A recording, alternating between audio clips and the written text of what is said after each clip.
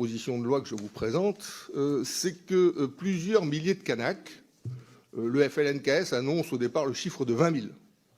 ne sont pas inscrits sur la liste électorale générale. Et dès lors qu'on n'est pas inscrit sur la liste électorale générale, on ne peut pas être inscrit sur la liste électorale référendaire. L'inscription sur la liste électorale générale est le préalable à l'inscription sur la liste électorale référendaire. Donc bien sûr, le FLNKS, les indépendantistes indiquent que le référendum d'autodétermination ne pourra pas être reconnu dans son résultat dans la mesure où la sincérité du scrutin n'est pas assurée, que celles et ceux qui doivent y participer au premier rang, desquels les Calédoniens d'origine kanak ne pourront pas y participer pour beaucoup d'entre eux, et que dès lors le résultat sera vicié. On était engagé sur un chemin qui était extrêmement glissant. Et donc, il demandait l'inscription d'office des Kanaks sur la liste électorale référendaire. On dit des Calédoniens de statut coutumier, je dis Kanak pour aller plus vite, sur la liste électorale référendaire. Donc, les formations non indépendantistes en général se sont opposés à cette proposition pour des raisons évidentes, c'est qu'on ne peut pas faire d'un critère ethnique un justificatif pour être inscrit sur une liste électorale, et puis parce que ça introduisait une discrimination inacceptable entre Calédoniens, Calédoniens de statut coutumier, Kanak, et Calédoniens de statut de droit commun, non Kanak, avec les différentes ethnies qui, au fil du temps, ont contribué à la construction de la Nouvelle-Calédonie. Et donc nous avons fait une proposition, quand je dis nous, c'est la formation politique à laquelle j'appartiens au plan local, qui s'appelle Calédonie Ensemble, pour sortir par le haut de cette problématique qui commençait à avoir une certaine acuité. Nous avons proposé que tous les natifs, qu'ils soient Kanak ou qu'ils soient non Kanak, puissent être inscrits d'office sur la liste électorale référendaire. C'était une manière de traiter le problème posé par les indépendantistes. On n'allait pas se retrouver avec un résultat de référendum qui pouvait être contesté, tout en évitant d'établir une discrimination injustifiable entre Calédoniens. Et cette proposition que nous avons formulée au comité des signataires du 7 novembre 2016 a été, quasiment une année après, reprise par le comité des signataires qui s'est tenu le 2 novembre 2017 et qui a acté le principe de l'inscription d'office selon deux mécanismes. Inscription d'office de tous les Calédoniens dès lors qu'ils ont 6 mois de résidence en Nouvelle-Calédonie sur la liste électorale générale, préalable. Et puis ensuite, pour les Calédoniens d'origine kanak, les dispositions de la loi prévoient d'ores et déjà, s'ils sont inscrits sur la liste électorale générale, l'inscription d'office sur la liste électorale référendaire. Donc, on traitait le problème indépendantiste. Et pour les non-Kanaks, il a été prévu que dès lors qu'ils sont natifs de Nouvelle-Calédonie, et dès lors qu'ils ont 3 ans de résidence ou ont eu 3 ans de résidence en Nouvelle-Calédonie, à partir de ce moment-là, l'inscription d'office sur la liste référendaire est également effectuée. L'État avait engagé un travail en lien avec les services de la Nouvelle-Calédonie et des provinces sur cette affaire d'électeurs qui étaient dans la nature et inscrits nulle part. Au bout du compte, après avoir croisé avec un certain nombre de fichiers sociaux, sécurité sociale locale, etc., on a trouvé un peu plus de 11 000 Calédoniens qui n'étaient pas inscrits sur la liste électorale, dont 7 000 Kanaks et 4 000 non-Kanaks, 7 000 Calédoniens de statut coutumier et 4 000 Calédoniens de statut de droit commun. Et donc, ce sont ces 11 000-là qui, grâce au dispositif qui a été adopté par le comité des signataires du 2 novembre 2017 et mis en œuvre dans le cadre de la loi d'avril 2018, ce sont ces 11 000 Calédoniens qui ont pu se faire inscrire ainsi sur la liste électorale. Et donc, tous les partenaires considéraient que dès lors que ce dispositif a été adopté, la légitimité et la sincérité du scrutin étaient au rendez-vous et que chacun reconnaîtrait son résultat, ce qui a effectivement été le cas. Alors, pour indiquer l'esprit dans lequel le comité des signataires a pris cette décision et la loi organique ensuite d'avril 2018 a été adoptée, bien sûr, ce projet de loi a été soumis au Congrès de la Nouvelle-Calédonie pour qu'il donne son avis sur le sujet comme la loi le prévoit. Et le Congrès a indiqué, il me semble important de le reprendre parce que ça resitue la proposition de loi que je développe dans l'esprit qui était le sien. J'ai la chance aussi d'être membre du Congrès de la Nouvelle-Calédonie et conseiller de la province sud, et donc d'être intervenu largement sur ce sujet-là dans ce qui est notre première assemblée délibérante en Nouvelle-Calédonie. Et donc je disais, le jour où le Congrès a examiné ce texte-là, c'était le 23 novembre 2017. Je rappelle que sur ce texte, il a émis un avis favorable à l'unanimité, donc il a été largement soutenu par tous les partis politiques indépendantistes ou non indépendantistes. Je disais, le Congrès doit décider entre un cadre particulièrement contraint à usage unique, en d'autres termes, ne prévoir qu'une seule fois l'inscription sur la liste électorale générale et sur la liste électorale référendaire pour la consultation de 2018, conformément à l'accord retenu au comité des signataires, c'est-à-dire le dispositif, c'est un dispositif one-shot. On essaye de traiter le sujet de cette manière-là, inscription d'office sur la liste électorale générale qui permet l'inscription d'office sur la liste électorale référendaire, mais ce dispositif s'applique en 2018 et ne s'applique pas en 2020 et en 2022. Ou alors, disais-je, un cadre exceptionnel glissant, signifiant que des procédures d'inscription d'office seraient prévues avant chaque consultation, en sachant que les consultations qui seraient organisées en 2020 et en 2022 ne peuvent être initiées qu'à la demande écrite du tiers des membres du Congrès. Rappelez que les deux autres référendums n'étaient pas automatiques, on n'était pas dans une mécanique obligatoire d'organisation du deuxième et du troisième, qu'il fallait qu'un tiers des membres du Congrès les demande. Et donc, ce qui a été depuis lors le cas. Je chutais en indiquant que le cas échéant des modifications ultérieures éventuelles de la loi organique statutaire pourrait être prévu dans le cadre d'un projet de loi organique dédié, qui pourrait donner ultérieurement un caractère glissant à cette mesure. Donc ça a été le grand débat devant le Congrès. C'est est-ce qu'on prévoit la mesure que pour 2018 ou on prévoit la mesure également pour 2020 et 2022, dans la mesure où le FLNKS était extrêmement réticent sur le fait que les Calédoniens de droit commun puissent aussi bénéficier d'une procédure d'inscription d'office. Pour le FLNKS, que les Kanaks bénéficient d'une procédure d'inscription d'office s'agissant du peuple autochtone, il n'y a aucun débat. Par contre, que les non-Kanaks puissent aussi bénéficier d'une procédure d'inscription d'office, là, c'était quand même plus délicat. Donc, on a débattu 26 heures au Congrès, donc vous voyez qu'on a vraiment pris le temps de l'échange, en 2 réunions de commission et une séance publique, et on est arrivé donc au bout du compte à un avis favorable unanime, en prévoyant que le dispositif s'appliquait, en ce qui concerne les Calédoniens de droit commun, que pour la consultation de 2018. Depuis lors, cette consultation a eu lieu. Chacun en connaît le résultat. 78 734 voix contre l'indépendance et un peu plus de 60 000 voix pour l'indépendance, avec une participation qui a été importante puisque l'abstention est estimée à moins de 20%. Une fois que cette consultation a eu lieu, le 4 novembre 2018, dans les 6 mois, pas dans les 6 mois, mais au terme des 6 mois qui précèdent cette consultation, un nouveau référendum pouvait être demandé. C'est ce qui a été le cas. Je situe quand même là aussi politiquement les choses, parce qu'il n'y a pas que de la technique électorale, il y a aussi un cadre politique dans lequel s'insère cette technique électorale. Ce référendum a été demandé à la fois par des partis indépendantistes et des partis non indépendantistes. Le FLNKS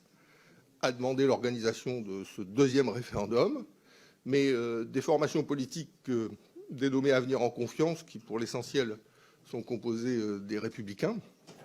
ont également demandé la tenue de cette nouvelle consultation, parce que pendant la campagne électorale, ils s'étaient engagés à créer un choc de confiance, je reprends les termes qui ont été utilisés, en accélérant la tenue des 2 autres référendums prévus par l'accord de Nouméa. C'était même engagé à un moment à ce que ce second référendum ait lieu avant la fin de l'année 2019. Finalement,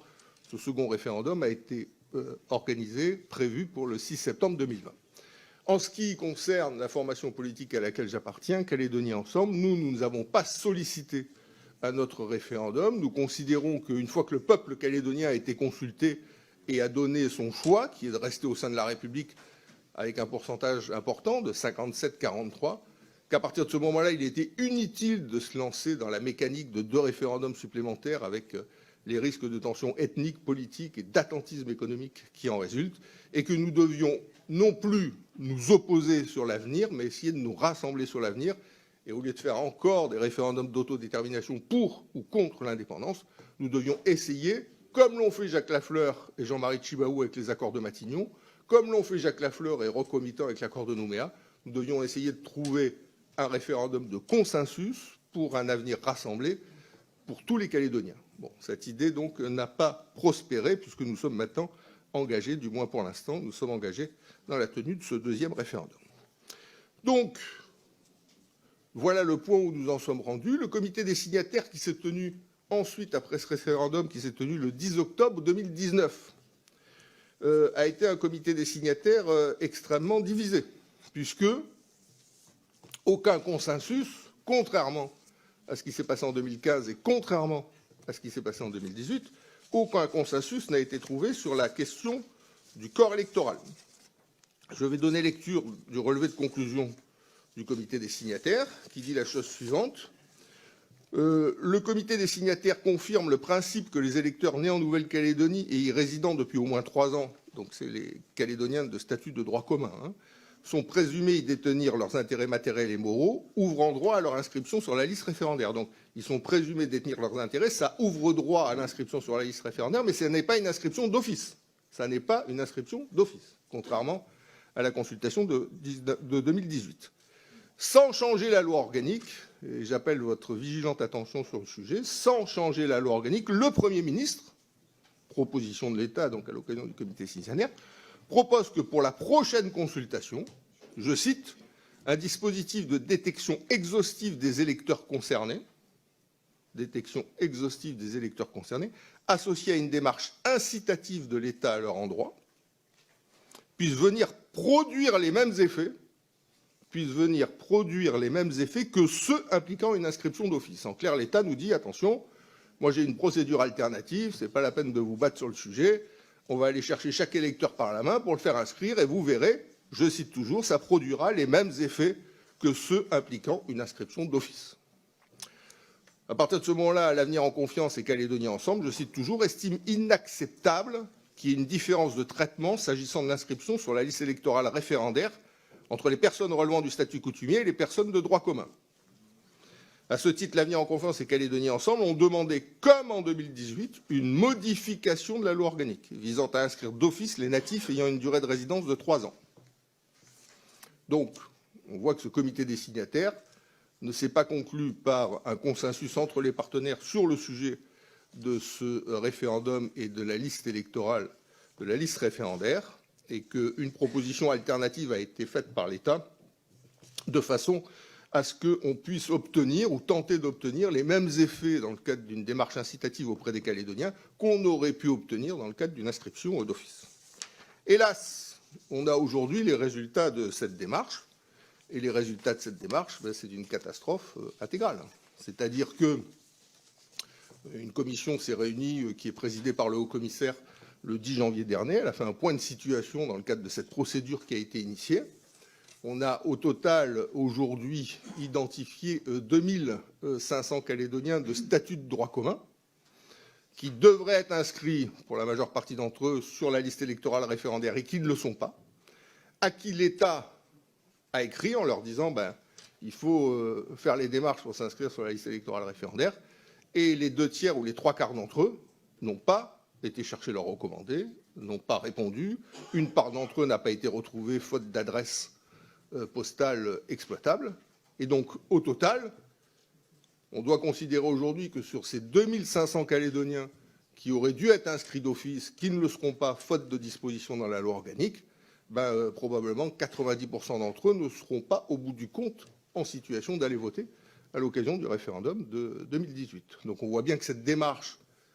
dont le Premier ministre nous disait elle va produire les mêmes effets que l'inscription d'office, la moins qu'on puisse dire, c'est qu'elle n'a pas produit les mêmes effets que l'inscription d'office, mais il ne fallait pas être grand clair pour le savoir. Autre discrimination importante, elle concerne les jeunes majeurs. Les jeunes majeurs. Donc les jeunes majeurs, il y a 2300 jeunes majeurs qui ont eu leurs 18 ans au cours de l'année 2019 et qui devaient faire les formalités avant le 31 2019 pour s'inscrire sur la liste électorale référendaire et pouvoir voter lors du 6 septembre 2020. Sur ces 2300, il y a probablement une moitié qui sont de statut coutumier et qui vont être inscrits d'office, et une autre moitié qui est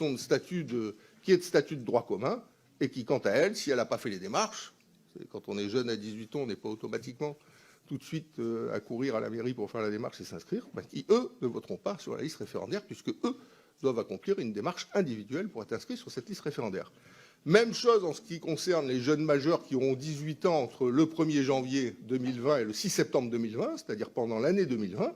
ils sont 1200 au total, et sur ces 1200, une partie sera inscrite d'office, ceux qui sont de statut coutumier, puis notre partie, si elle n'a pas fait la démarche avant le 31 décembre 2019, ne sera pas inscrite d'office. Donc, on est dans une situation d'échec total en ce qui concerne cette procédure alternative proposée par l'État à l'occasion du comité des signataires qui s'est tenu le 10 novembre 2019. Donc, en fonction de cette situation, quel est le résultat politique, au-delà de ces aspects un peu techniques? Le résultat politique, c'est que désormais, on peut se poser la question sur la sincérité et la légitimité du résultat qui sera issu des urnes le 6 septembre prochain. On peut se poser la question sur le fait que cette discrimination ait été acceptée par l'État à l'occasion du comité des signataires du 10 novembre 2019. Est-ce que cette discrimination, qui n'existait pas lors du référendum de 2018, ne va pas conduire une part des Calédoniens à considérer que le résultat issu des urnes le 6 septembre prochain n'a pas l'assise démocratique, l'assise de légitimité nécessaire pour qu'il soit totalement accepté. Et puis de manière plus fondamentale, la question aujourd'hui, c'est est-ce qu'on n'a pas créé un couloir qui est alimenté de manière mécanique par des Calédoniens d'origine kanak, des Calédoniens d'origine de statut coutumier, qui très majoritairement votent pour l'accession à l'indépendance pour que Kanaki devienne une réalité, et couper l'alimentation des Calédoniens de droit commun qui, eux, ne seront plus inscrits d'office et qui, comme chacun le sait, très majoritairement votent pour le maintien de la Nouvelle-Calédonie au sein de la République. En clair, quel sera le résultat le 6 septembre 2020,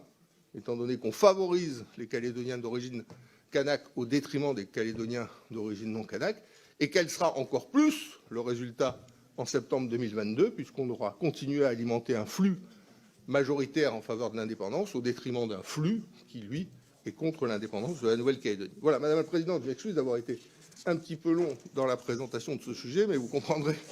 que ça me tient un petit peu à cœur. Et donc, voilà pourquoi il est proposé, dans le cadre de cette proposition de loi organique, de substituer au premier alinéa de l'article 218.3, non pas les termes qui sont à l'heure actuelle prévus, c'est-à-dire à titre exceptionnel l'année de la consultation qui sera organisée au cours du 4e mandat du Congrès, c'est-à-dire ce petit membre de phrase signifiait que l'inscription d'office des Calédoniens de droit commun n'était prévue que pour le référendum de 2018, mais au lieu de ce membre de phrase qui réduit cette inscription d'office au référendum de 2018, mettre simplement à la place l'année du scrutin. Dès lors qu'on met l'année du scrutin, ça s'appliquera non seulement, comme ça a été déjà le cas au référendum de 2018, mais également au référendum de 2020 et 2022. Voilà, Madame la Présidente, Mesdames et Messieurs les chers collègues, le sens de la proposition de loi organique que j'ai l'honneur de présenter devant votre commission.